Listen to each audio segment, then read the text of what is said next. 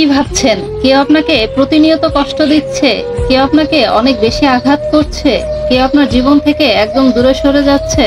আপনার কি মনে হচ্ছে আপনার পায়ের নিচ থেকে মাটিটা সরে যাচ্ছে? বেঁচে থাকাটা একদম কষ্টকর হয়ে যাচ্ছে। জীবনটা খুবই, খুবই কষ্টের লাগছে। মনে হচ্ছে আর বুঝি বেঁচে থাকতে পারবো না। কেন এরকমটা মনে হচ্ছে? আপনি কি ভুলে গেছেন সৃষ্টিকর্তার কথা? যে কিনা আপনাকে প্রতিনিয়ত নিঃশ্বাস দিচ্ছে, প্রতিনিয়ত আপনাকে খাবার-দাবার, বাসস্থান সবকিছু দিচ্ছে। তার রহমতের কথা সবকিছু কি আপনি ভুলে গেছেন? আপনি এত সহজে কিভাবে ভুলে যান? আপনি প্রতিনিয়ত যে নিঃশ্বাস নিচ্ছেন, নিঃশ্বাসের জন্য কি আপনাকে টাকা দিতে হচ্ছে?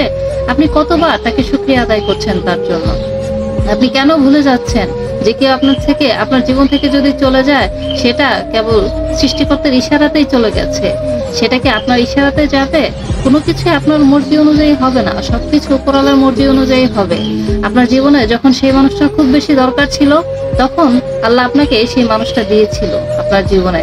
এখন যখন দেখেছে সেই মানুষটা আপনার জীবনে দরকার নেই, সে তার নিজের স্বার্থের জন্য আপনাকে ছেড়ে চলে যাচ্ছে, সেটাই আপনার জন্য মঙ্গলকর। এই কারণেই সৃষ্টিকর্তা আপনার জন্য এটা ঘটিয়েছে।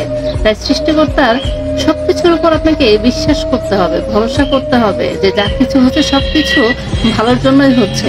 কারণ কোনো কিছু আপনার খারাপের জন্য হয় না। তাই এসব চিন্তা করে নিজেকে কষ্ট দেওয়া বন্ধ করুন। কারণ এটা কখনো ভুলে যাবেন না যে আপনি এটা দেখতে পাচ্ছেন না যে আপনার সামনের মানুষটা আপনাকে সত্যিকার ভালোবাসে কিনা, সে আপনার জন্য মঙ্গলকর কিনা। কিন্তু সৃষ্টিকর্তা, আপনি যা না দেখছেন সে কিন্তু তা দেখছে, সে কিন্তু তা শুনছে। সে কিন্তু খুব ভালো করে বুঝতে পারছে যে মানুষটা আপনার জন্য আসলে কি ভালো নাকি আপনার জন্য খারাপ। সেই মানুষটা যখন আপনার জীবনে দরকার ছিল, তখন সৃষ্টিকর্তা আপনাকে তার সাথে মিলিয়ে দিয়েছে। সেটাও কিন্তু সৃষ্টিকর্তার ইশারাই ছিল।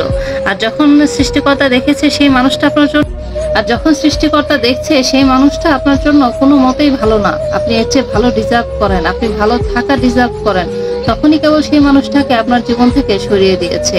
আপনি এখন সেটার জন্য কান্নাকাটি করে যতক্ষণ পর্যন্ত নিজেকে শক্ত না করবেন, নিজেকে ভালোভাবে তৈরি না করবেন, ততক্ষণ পর্যন্ত তো বুঝতে পারবেন না সৃষ্টিকর্তা আপনার জন্য কি প্ল্যান করে রেখেছে। আর আপনি মানুষের কাছে কিভাবে আশা করেন যে মানুষ এটুকু জানে না যে 5 মিনিট পর সে বেঁচে থাকবে কিনা, তার নিঃশ্বাসের কোনো গ্যারান্টি নেই, সেই জায়গায় আপনি নশ্বর মানুষের কাছ থেকে কি আশা করেন? আপনি তো আশা করবেন উপরওয়ালার কাছ থেকে, যে কিনা সবকিছু জানে, যে কিনা আপনি না চাইতেও আপনাকে সবকিছু দিচ্ছে, আপনাকে নিঃশ্বাস নিতে দিচ্ছে, আপনাকে সুস্থ রাখছে। একবার খেয়াল করে দেখুন আশেপাশের দিকে যে কয়জন মানুষ সুস্থ আছে, কয়জন মানুষ হাসপাতালে যাচ্ছে, কয়জন মানুষ 3 বেলা খাবার পাচ্ছে। কিন্তু আপনি তো সবকিছুই পাচ্ছেন। তারপরেও যদি আপনি শুকরিয়া আদায় না করেন, তাহলে এটা নিজের দোষ ছাড়া তো আর কিছু না। আপনি এত তাড়াতাড়ি হেরে গেলে তো হবে না। আপনাকে অবশ্যই নিজেকে অনেক ভালোভাবে তৈরি করতে হবে। আল্লাহর উপর ভরসা করুন, তাকে ডাকুন, আর মানুন যে আল্লাহ যেটা করবে সেটা আপনার ভালোর জন্য করবে। সেটা শুধু বলার জন্য না, সেটা মন থেকে মানুন, আপনার রূহ থেকে মানুন। এরপর দেখবেন সৃষ্টিকর্তা আপনার জন্য যেটা করবে, আপনি শুধু তাকিয়ে থাকবেন।